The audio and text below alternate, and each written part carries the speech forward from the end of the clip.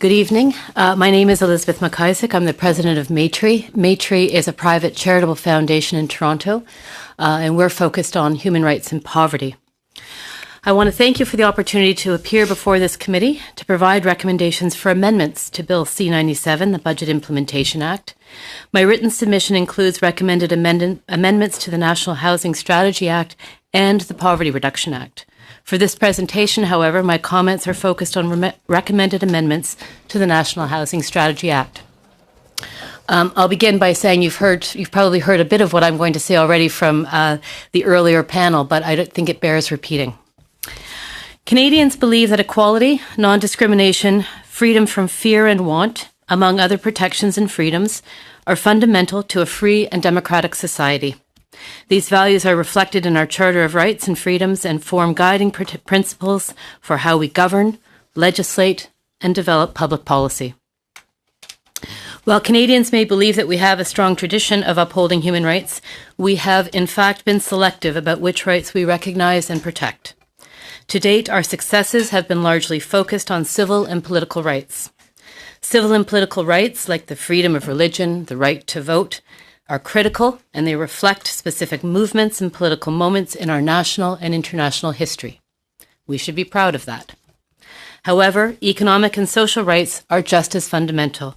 In fact, both are needed and make each other whole as human rights. While there has been a reticence on the part of past Canadian legislatures to recognize and uphold economic and social rights, this, I believe, is the moment to do so.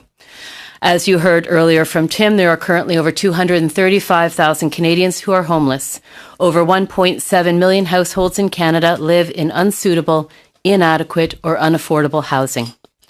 Canadians understand that safe, affordable, and secure housing is critical to living a life with dignity. Housing is a human right.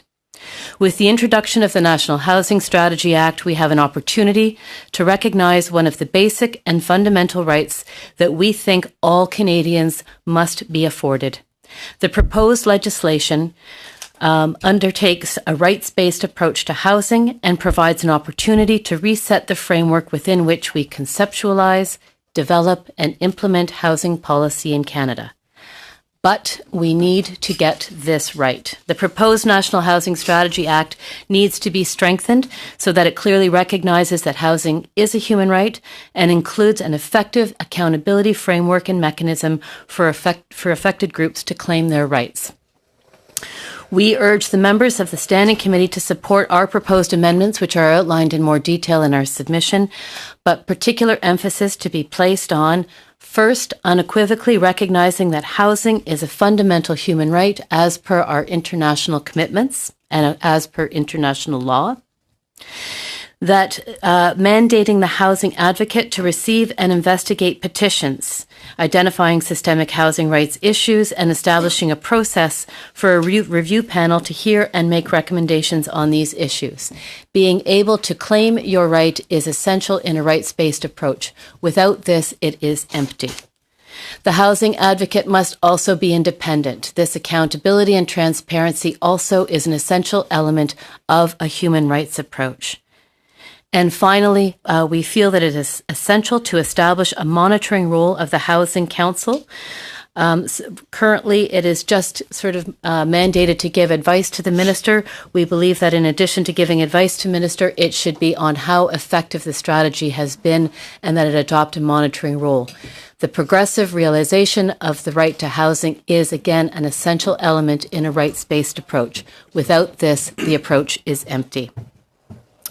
We believe that these proposed amendments will commit Canada to the progressive realization of the right to housing and set out the framework for an accountability mechanism that meets our obligations under international law while reflecting a unique, made-in-Canada approach. Importantly, affected groups will have access to public hearings into key systemic issues before an expert panel with at least one representative of affected communities. All of these elements are critical to the development and implementation of an effective rights-based framework. The proposed amendments to the National Housing Strategy Act will help ensure that Canada gets it right. This is a unique opportunity. We must get it right.